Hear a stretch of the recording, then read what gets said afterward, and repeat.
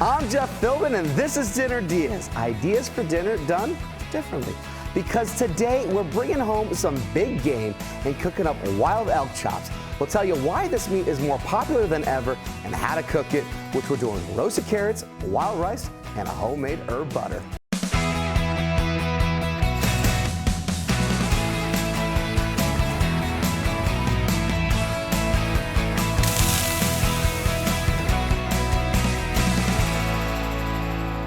Here to give us his guide to game meat is Dwight Hutchins, aka the Dreaded Fisherman.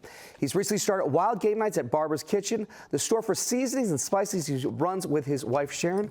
Welcome back to the Dinner DeeAs Kitchen, my friend. Nice to be back, Jeff. Nice to be back. Great to have you, because a big hit at our recent event was smoked gator. And we're not talking like just the gator tail. We're literally talking the whole gator. We did a sauteed onion, cream cheese, hot pepper jam, glazed smoked alligator.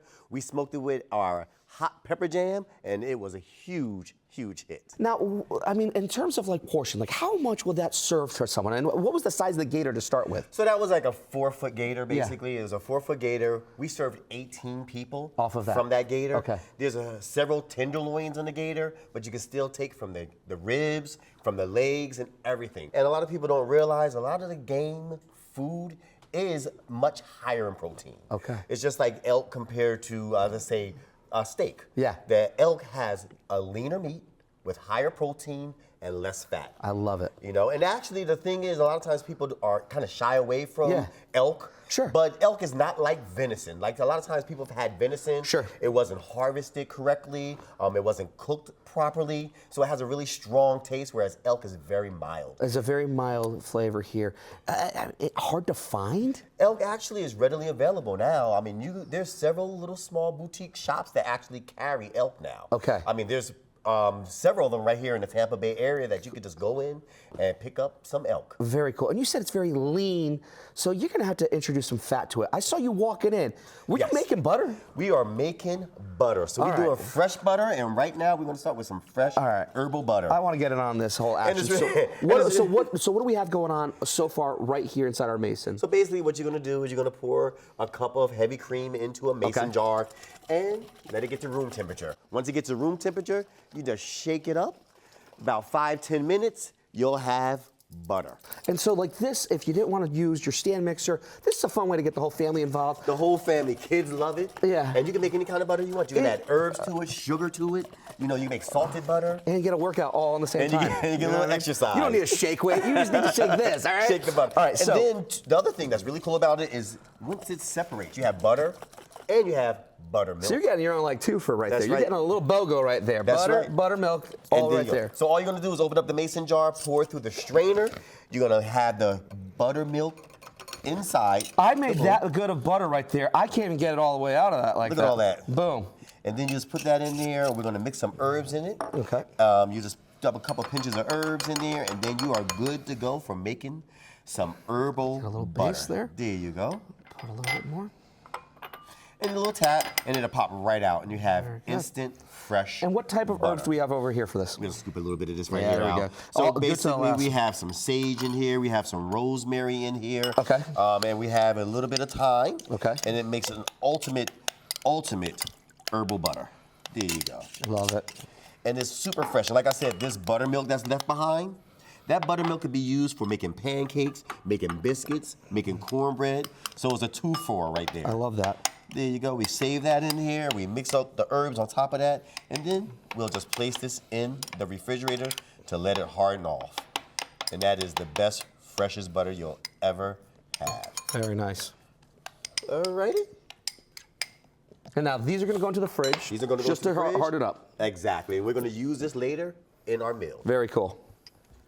And it looks like we got some absolutely beautiful, colorful rice over here too. Yes, we have two types of wild rices. We have a black wild rice and a Himalayan red rice. Okay. And what's nice about these rices, they're a little higher in fiber, they're more nutritional for you, and it's not genetically modified. These are actually locally sourced at a farmer's market. Right on. And then what we do is we have to pre-soak this rice though because it takes such a long time to cook, to break that down. So we pre-soak it for 4 hours or overnight. So you're pre-soaking at a minimum 4 hours just to get it just right. Just to get it just right. So we pre-soak the rice. Okay. We get that rice in there, and what I like to do to to add a lot of nice flavor to this is we'll use a beef stock. Okay. If you don't make your own beef stock, you can actually go to the store, get some beef stock, and pour that beef stock in. And that beef stock gives that rice a really nice flavor. And that's going right into the rice cooker. And you also had a little bit more water, it looked like there too. A little bit of water up in that bottom in there. What's that balance then between? So basically, you're kind of looking at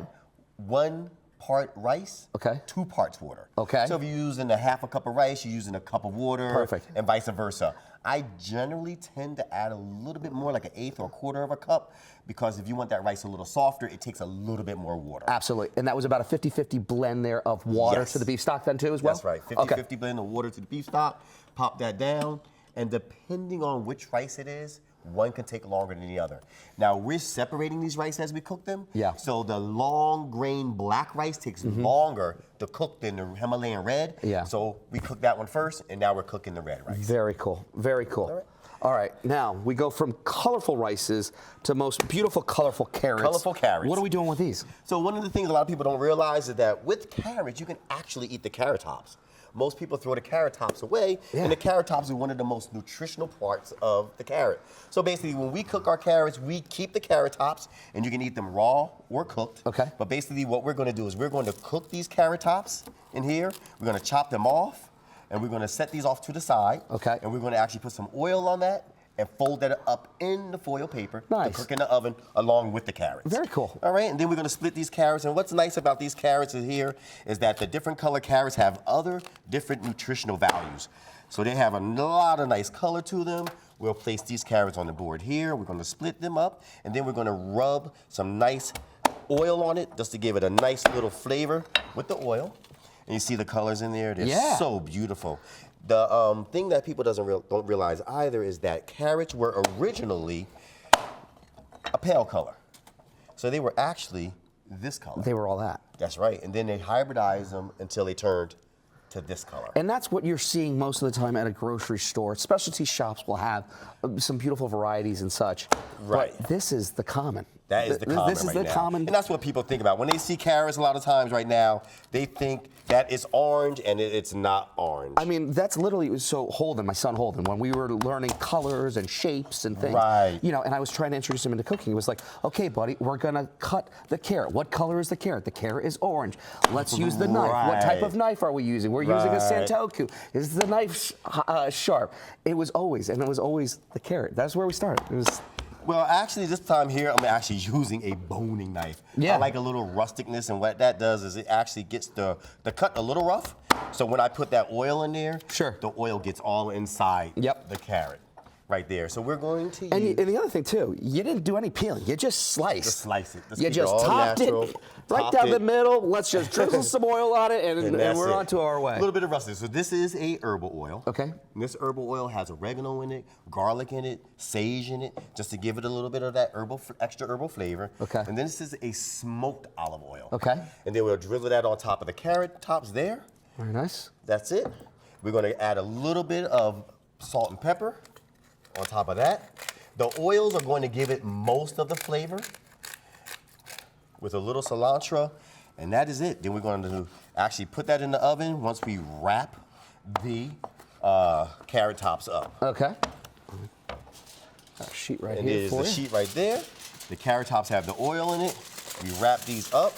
And it's intentional that you're doing this and wrapping it, because if you had put it right on the sheet pan, put it right into the oven, it's going to overcook too quick. Exactly. Yeah, so we just put that in there, and we're going to bake that all locking some of that moisture in, so that way then it really doesn't dry out. It doesn't dry out and burn. Like that. Okay, so this is going to go into an oven. What's the oven going to be set for? The oven's going to be set for 350 degrees. Okay. And it's going to cook for about 15 minutes. And what we're trying to do is we're trying to time this so that once this is done, and the elks are seared, these go into the pan with the elk. All about time management, because to make any or all of the delicious ideas that we're doing today, grab Dwight's recipe at our website, dinnerdeas.com. You can find us with your phone by opening the camera app and getting that black and white box in the corner and frame and in focus.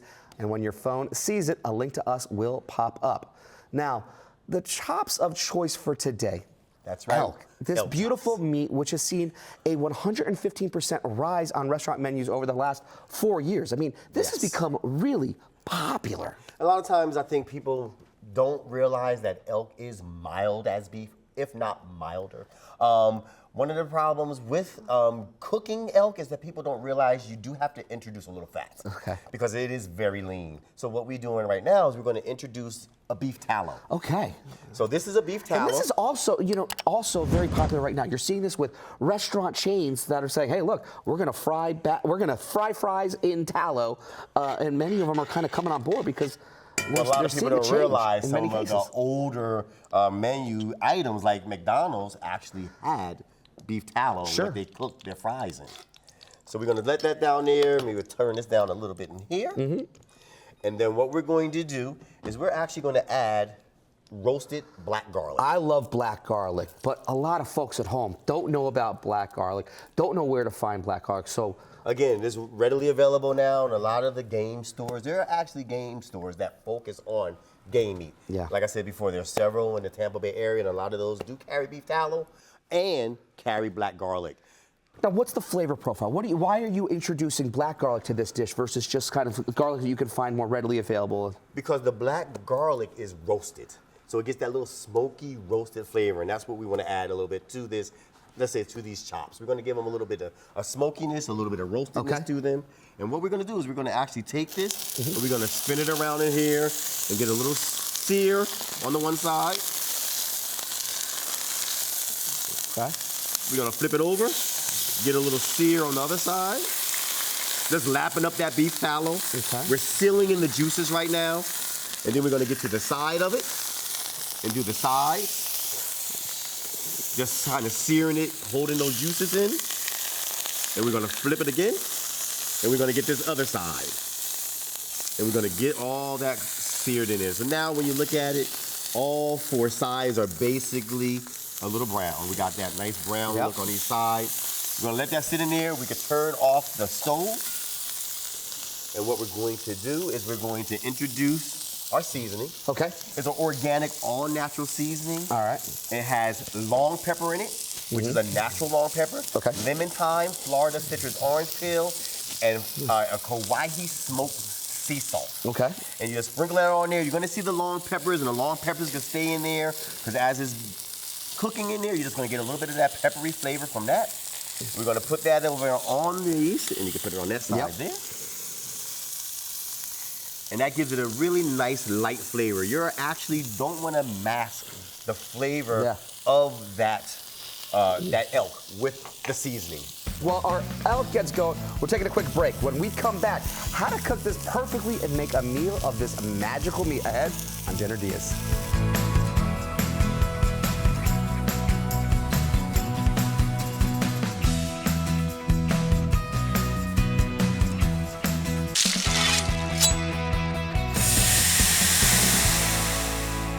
Welcome back to Dinner DeeAs. We're turning our food show into a game show today with Dwight Hutchins, the dreaded fisherman. Let's hear from me with a big announcer voice to find out what's behind door number one. Our prize protein today is elk chops, a mild meat, and our veggies behind door number two, roasted carrots, and the carb behind door number three, wild rice, and a homemade herb butter. Before the break, we made the home butter by shaking cream in this mason jar, and that's it. It came out butter and now actually makes a buttercream as well. We added rosemary, sage, and thyme to the butter and left it in the fridge to firm up. Then we got our wild rice cooking, which Dwight likes to do with beef stock as well as water. For our veggies, we cooked up carrots and the carrot tops too. Drizzle of seasoned oil, a little smoked oil as well, keeping the tops in foil to stop them from burning. Then finally we got to the main event, so to say, our elk chops. We were cooking them in beef tallow, searing each side and letting them cook during the break. These look absolutely fantastic. I mean, look at the colors. It just looks... Color's nice, the aromatics, the fragrance is nice. And now we are going to put a little bit of our butter on each piece. Okay. And what we're going to do is look how nice that butter is. It firmed up really nice. We're going to rub a little butter on each piece. You know, and again, it's something fun and different for you to engage the entire family with getting right. everybody in on saying, hey, let's make butter. Let's have something fun. Make some butter. And it's so simple and easy to do. And so, like, what else could you do with this butter? What other, what do you like to do Well, with it? basically what we're going to do is we're going to use a little bit on the elk, and we're going to use a little bit on the roasted carrots. Okay. If you put a little sugar in there, of course, you could put it on your toast, your pancakes, you put it on your biscuits. So there's so many different ways you can do the butter. Sweet, savory. Exactly. All the way around. I love All the way around. it. Come on now. And now, what's going to top off this elk is our oink jam. This is Barbara's Kitchen new oink jam. Okay. It's a bacon habanero. And you get a little bit on yours. Okay. And again, you can put as much as you like, depending on how spicy you want it. And once that goes in that oven, it's gonna caramelize and become very nice. Love it. All right, we're gonna grab our carrots, which are ready. If you want to be eating elk for your dinner, grab Dwight's recipe at dinnerdeas.com. We have details on everything that you need, from the ingredients, the amounts, directions, even the video of this show, which you can watch anytime that you want. Just scan the QR code to get right over to us. Oh my gosh, smell those carrots. They look fantastic. We're gonna get these carrots on inside the same pan, and what we're gonna do is we are going to roast them in the pan together with the elk and get them a little charred up on there. Okay. And that also, they're going to take a little bit of this butter. Okay. We're going to put a little butter on there. All right, I got the butter still on my side over here. There you go. And we're going to have a nice roasted carrot. Very nice. Throw a A little bit on there. Very nice. Throw a little bit on the side there. Put a little bit on this side here. Got a little on my side there on that bad boy. Now these are the carrot tops. The carrot tops are done. We could chop them up. You see how they cooked up nice? They're not too cooked. They're nice and soft. Yeah. They're very, very nice and fragrant. And we're going to actually use that as part of our dish. All right, but these bad boys, those are going back into an oven now. This is going back into the oven at 400 degrees. Okay. And we're going to get a little bit of, again, charring on there. And how long will that take then? That's going to take about 4 minutes. 4 minutes on there, and once that 4 minutes is up, it is done and ready to go. I love it because our game day continues after the break when we show you how to bring it all together for our finished dish. Ahead of Dinner Diaz.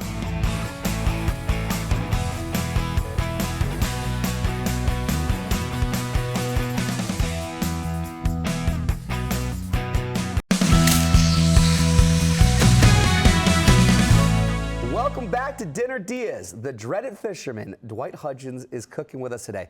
And he's brought his A game and his game meat. We're cooking up elk chops today, a wild meat, but with a mild taste. And we're serving it with wild rice, roasted carrots, and a homemade herb butter. Before the break, we got our butter from the fridge and added it to our seared elk, along with a bacon habanero jam made by Dwight and his wife Sharon. Then finally, we got the roasted carrots from the oven and added them to the skillet too, getting it all back in the oven for a final few minutes, and that was it. That was it. That was it. It was easy. All right. So how do we start going with the plating on Well, this? we're going to start plating up with the wild rice. Okay. This is the red Himalayan rice we're going to start dishing out in there. Okay. And that red Himalayan rice, like I said, is going to have a nice nutty flavor to it. It's going to have a little woodsy flavor to it. Okay. With that beef tallow, it comes out really nice. And then we're going to actually add the black rice on top of that. Right on top of that. Right on top of that, and we're going to have those two rices mixed together. Like I said, Love it. They were cooked separate because they cook at different lengths of time. That enough for you? That is perfect right there. We're going to put our nice black Himalayan rice on there, and boom, there that is, with a little cilantro on top of that. And now we're going to cut our chop. We're going to cut our chop in here, and we're going to cut it in half. And that way, we're going to plate it up in the pot, and then we're going to plate that right up on top of the plate there. I don't mind cutting it in the cast iron pan. We have a nice color to that right there, which is perfect. Like, this is like straight up like plate-free plating. Like, That's this it. is like, from one pan to the other. And you want to have this looking rustic because it is a rustic meal. And a lot of times what we do is we just take that chop and it is ready, boom, right there to eat. And then we have that chop there. We have a little bit of our fresh baked carrot tops. And then we're going to add our nicely roasted carrots to add that color to there. If you've got game, meat in the fridge, and want a recipe to make it into a delicious dinner, grab Chef Dwight's recipe from dinnerdeas.com or find it with your phone by using the QR code in the corner of the screen. And there we have it. That's it. That was absolutely fantastic. When we come back, we get to taste how our elk turned out. Ahead on Dinner Diaz.